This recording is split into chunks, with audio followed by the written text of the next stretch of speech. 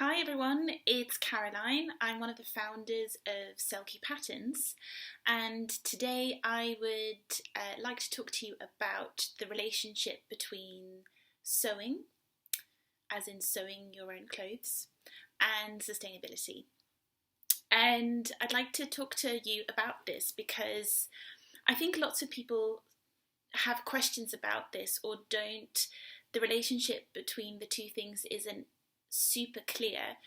And although there's nothing wrong with that, I'm more used to people asking me questions about this who know nothing about sewing at all than people who actually know how to sew. So I wonder whether people feel embarrassed that they don't know or that they don't understand, or there's something about the terminology. But I think, even if you sew yourself, it's perfectly fine if the relationship between sewing and sustainability, if that concept is new to you, or if you simply don't understand fully. There's no shame in that at all. So today I just like to have kind of an introduction to how the two are related, and just some food for thought for you on how to approach the subject and to find out what for you is something that you find important. And I'd also like to frame this conversation by saying that home sewing isn't the link between sewing and sustainability isn't one where sewing is the answer to lead a more sustainable life, or home sewing rather than buying fashion is the answer to saving the planet. Nothing like that. In fact, there are other ways that are much more impactful if you want to be more environmentally friendly, such as the transport that you choose and even what you eat. So it's not that sewing is a massive player in this field, but fashion is. And I suppose if you're watching this video, then you are interested in sewing. So it's a way for you to feel more empowered in the subject. And actually, there are obviously lots of things that home sewing does that are really, really good from a sustainability angle. But I would just like to frame the chat by saying that. So we're talking about how sewing and sustainability are related, but it's not like one is the answer, the perfect answer to one problem. I've got some notes on the side, so if I look down, that's what I'm doing. So one of the ways in which we can think about sewing and sustainability is when we think about fashion, is to just think about the simple fact that all clothes are handmade. So whether you buy a t-shirt, whether you make a t-shirt, whether you buy a really expensive t-shirt, whether you buy a really cheap t-shirt, all of these clothes are in fact handmade. There is nothing like a robot-made t-shirt. All machinery involved in garment making is operated by a human being. And so just that simple fact to start with, that can really shine a light on what does it mean when I buy a t-shirt that costs me £4 or $5. Because if a human being like me has made that, then it seems to me like there is a whole system between the point where I buy it and a human being just like me has made it. And somehow along that journey, I end up having only to pay £4. And that fact to begin with, that all clothing is handmade, I think that's a good starting point to think about fashion and home sewing, and how sustainability is more than being eco-friendly, being environmentally friendly. There's people involved as well. And the people involved in fashion are usually invisible to us. I don't know who's made that t-shirt. And when something is invisible to you, it's much easier to either not know anything about it because it's not immediately obvious, but it's also easier to ignore it because you can't see it. So first of all, that is something that I would like you to just think about. I once had a student, I teach at university, and I once had an exchange student, and I showed her how to use the overlocker. And she said to me, I didn't know that you had to do this yourself. So she thought it was a machine, completely computerized, no human interaction. And I said, yes, this is how all clothes in the world are overlocked. It's a human behind a machine. And that moment was very powerful to me, hopefully also to my student. But it really showed me that what you don't know, what you've never seen, we assume that clothes are made by robots. Because if you know nothing about garment making, why wouldn't they? Lots of other things in the world are heavily computerized, and so that simple fact that all clothing is handmade, I think that's just a good starting point to start thinking about how all of these things relate. And so the way sewing comes into that, so we've got fashion and sustainability, and how does sewing sit in that, is that if I make something, then it's me who's made it. I know that. And the more I make, the more knowledge I gain about how things are made, and hopefully the things that I end up buying, I will actually spend my money more wisely. And maybe I won't go for the £5 t-shirt, but I'll buy, if I can, a slightly more expensive one, and then I won't have to buy a new one for ages because hopefully it's been better made. So that's just something that we can start off thinking about in this discussion. And then secondly, we have the huge issue of fashion simply being such a large industry.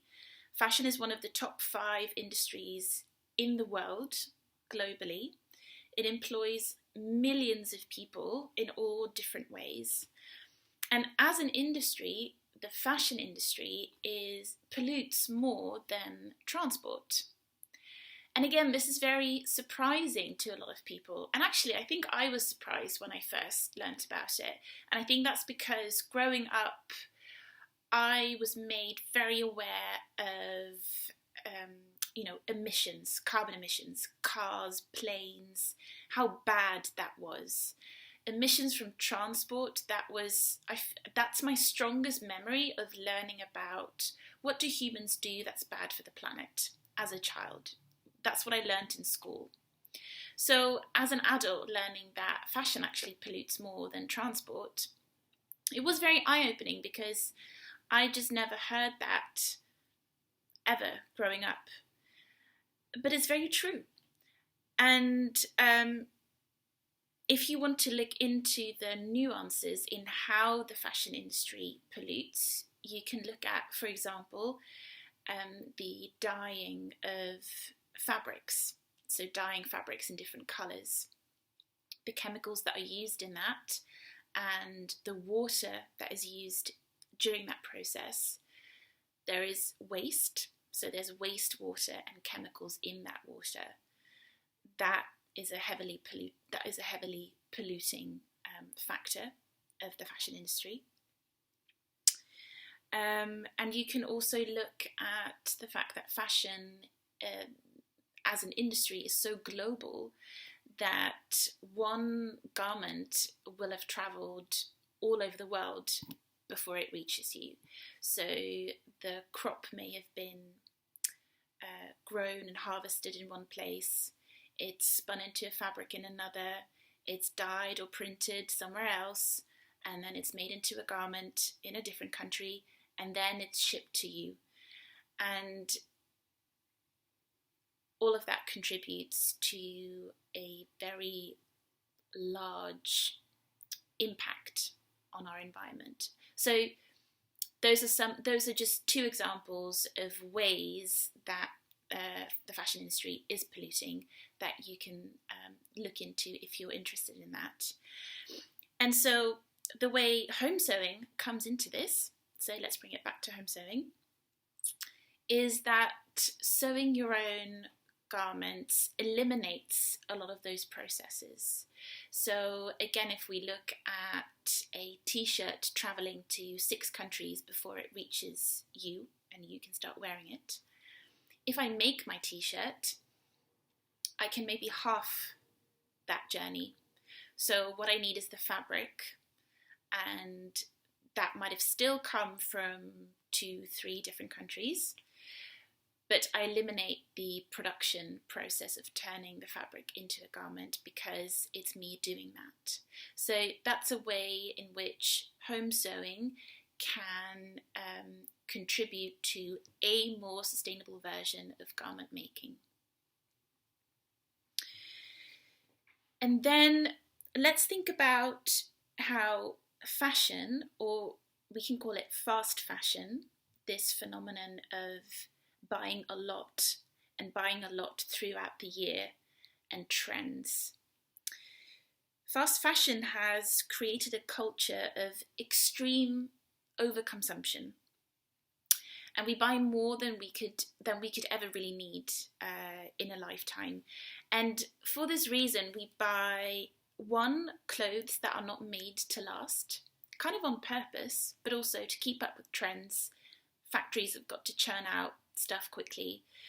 So A, we buy clothes that are not made to last, and B, we throw away more clothes because to keep up with trends, to need a new jacket every season. And so it's creating this pattern of consumption, which has never really existed before.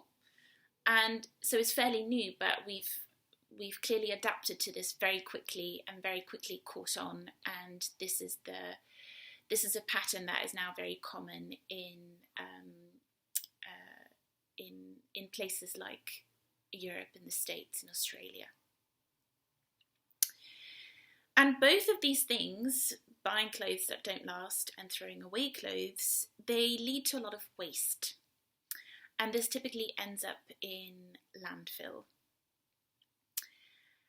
Landfill just sits there, it pollutes, it destroys, it takes up a lot of space.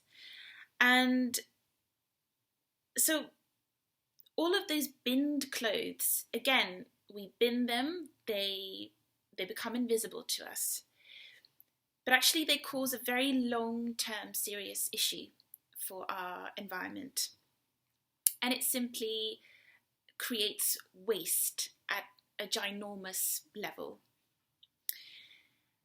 And so again, if we bring in home sewing into this picture, into this dilemma, then I very much think that sewing creates such appreciation for what you've made and for clothing that it is sewing, or learning how to sew, is a tool to rethink how we consume fashion.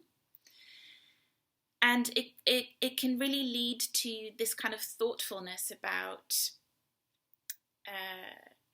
buying clothes, about throwing away clothes, how many clothes do I actually need, what's an acceptable price to pay for something.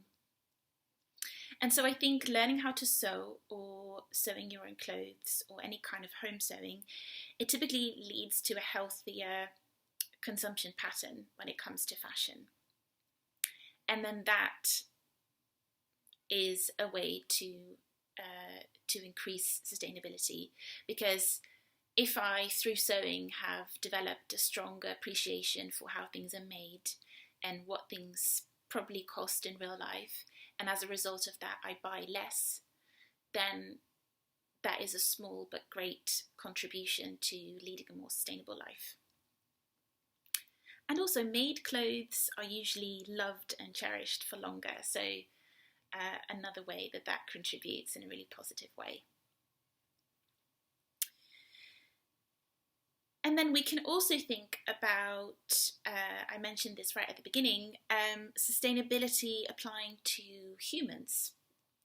Sustainability is such a popular term that I think sometimes people get tired of it and it loses its meaning a little bit, because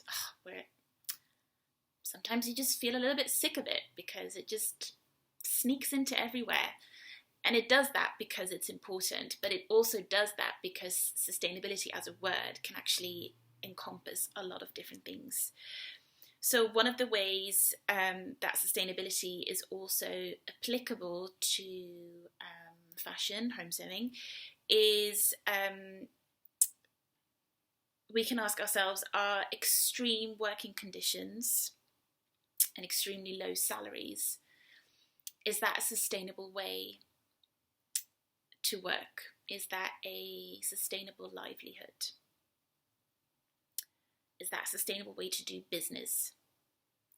And as an example of this, if we look at what's happened this year globally, the corona pandemic, and we look at fast fashion, it's very clear how a chain of events, so in fashion and in anything that is produced, this is called a supply chain, where you take something from raw material to product, all of the steps in between, all of that together is called a supply chain before it reaches the consumer. You take one thing away and the whole supply chain in fashion has just tumbled.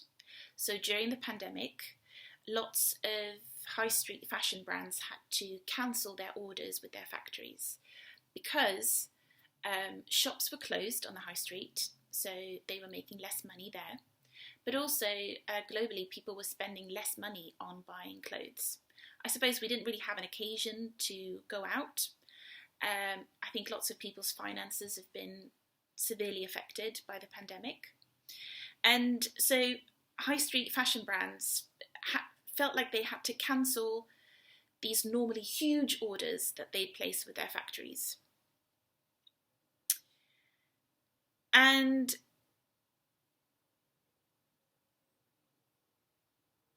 they cancelled orders that had potentially already been made or that were in the process of being made. And who suffered the most in this scenario and in the supply chain? It's the garment workers in those factories, because when the brand cancelled the order, the factory had to then withhold salaries of work that had already been performed. And to me, this is it's a very clear example of a completely unsustainable way of working. You take one thing away, you take one thing out of this model, in this case demand, so consumer demand, you take one thing away and the whole thing just crumbles. That can't be a sustainable way to do business. And sadly, the part of the supply chain that suffers the most is also the part of the supply chain that is paid the least. So to me, the whole system of how that works is unsustainable. And so again, that's another way of thinking about the relationship between sustainability as a term that encompasses a lot of things, and sewing. What if I sew my own? How can that contribute?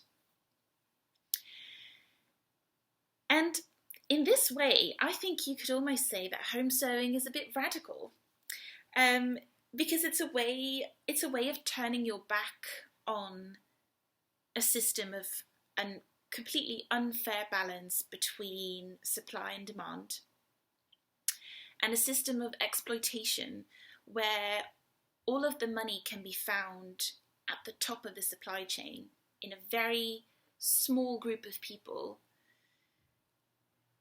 and the money isn't divided along the supply chain. Sadly, if I buy a really expensive t-shirt, it doesn't always mean that the person who's made that has been paid more than if I buy a really cheap t-shirt. And on the other hand, as a criticism, could you say that turning your back on fast fashion isn't actually helping either? Because if I turn my back on fast fashion and I don't buy any clothes, then even if those garment workers are paid badly, now they might not have a job at all. That could be a way of looking at it. I think to me this is a bit like saying, well, I need to buy fast food. Even though it's really bad for me, I need to buy it because I want to make sure that the person behind the counter in that fast food shop has a job. There will be other jobs, but right now certain jobs remain exploited because there's still a demand for the product. And so, yes, you could say, well, hang on, if I don't buy at all, people will lose their jobs. There would obviously be a transition period, and also it's never going to be that black and white. One day everyone buys clothes, the next day no one does, and no one working in a garment factory has a job. It would never be that instant. There's nothing wrong with having a job as a garment worker, but there's something very wrong about being underpaid and exploited, which doesn't have to be the case. It's the case in the majority of garment factories, but not all. And it's a system that's been created by us. And so therefore we can also dismantle it. If we've created, we can also uncreate it. It's not easy, it's not fast, but just like a habit, if I create a habit, I am also the one responsible for uncreating it. Sewing allows you to be picky with the material. It allows me to shorten the supply chain, consume less clothing overall, keep clothing for longer because I appreciate it, I know how to fix it, I have more knowledge and I cherish it more. And I have the knowledge of at least one person who made the garment, which would be me. And then finally, there's just 2 points that I would like to put to you as food for thought. And the first one is, we can also see home sewing as a reaction against unsustainable beauty standards. So there's more to home sewing, I feel, if we think about it as part of a bigger system. So we can think about sewing as a reaction against unsustainable, you could say unacceptable beauty and body standards. A garment made just for me doesn't have to conform to any standards, any standard sizing that a brand might put in place. And it doesn't have to conform to anything that's been made up to be the ideal size or body proportions or anything like that, or anything that suits the majority, because, you know, there's nothing really like that. And finally, if we think about the big picture, and I think that's important because I think it's important to realise that fashion is not an industry on its own. Fashion is part of a bigger system.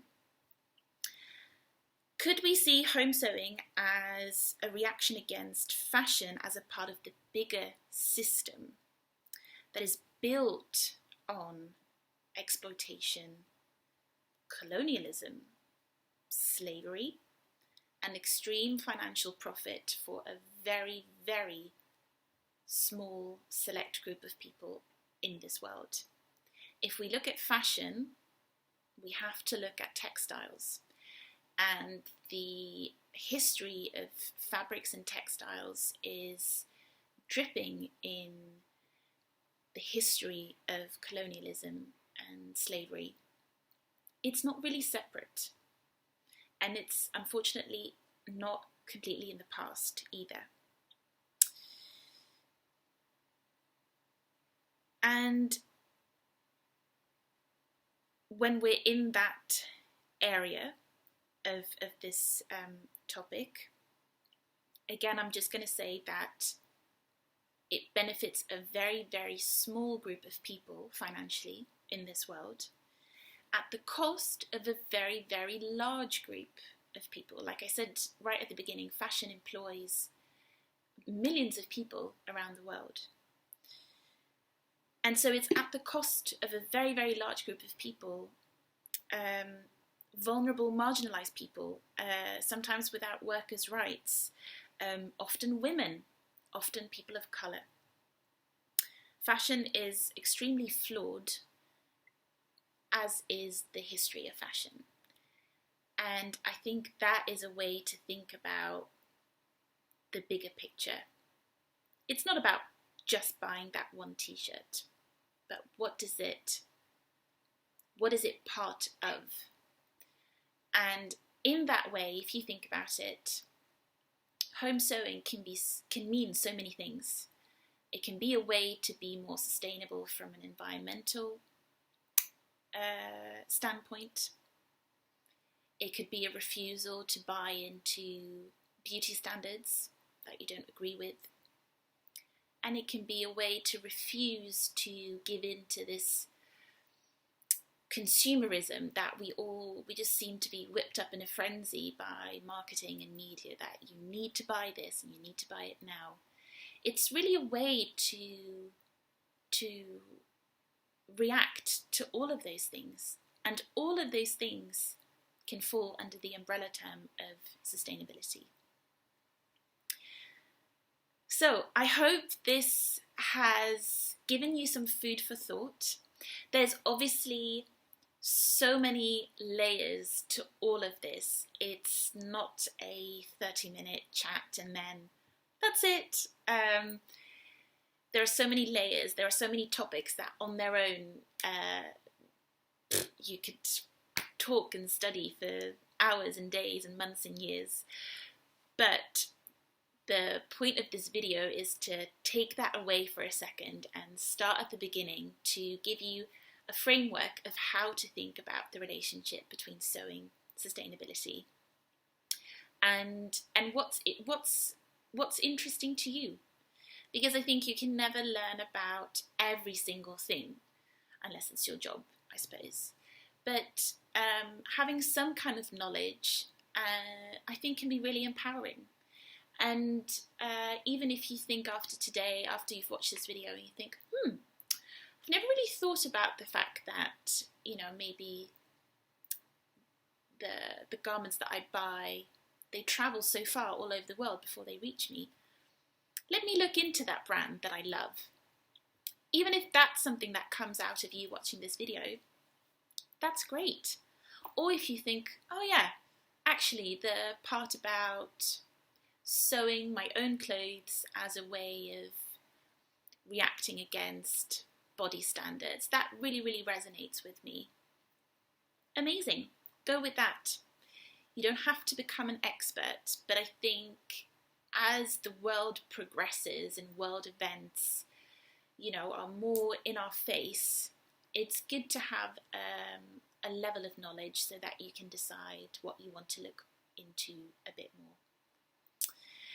And if you want to have a few more pointers on, for example, fabrics and sewing in particular, you can always look on our website. On the top menu, we have a bar called Sustainability, and you can read some of our tips for example, selecting fabrics, some ways in which you can think about that. And I have also made a free digital download for you, which is called the ABC of Sustainability. because I realise that there's a lot of terminology involved in perhaps talking about sustainability.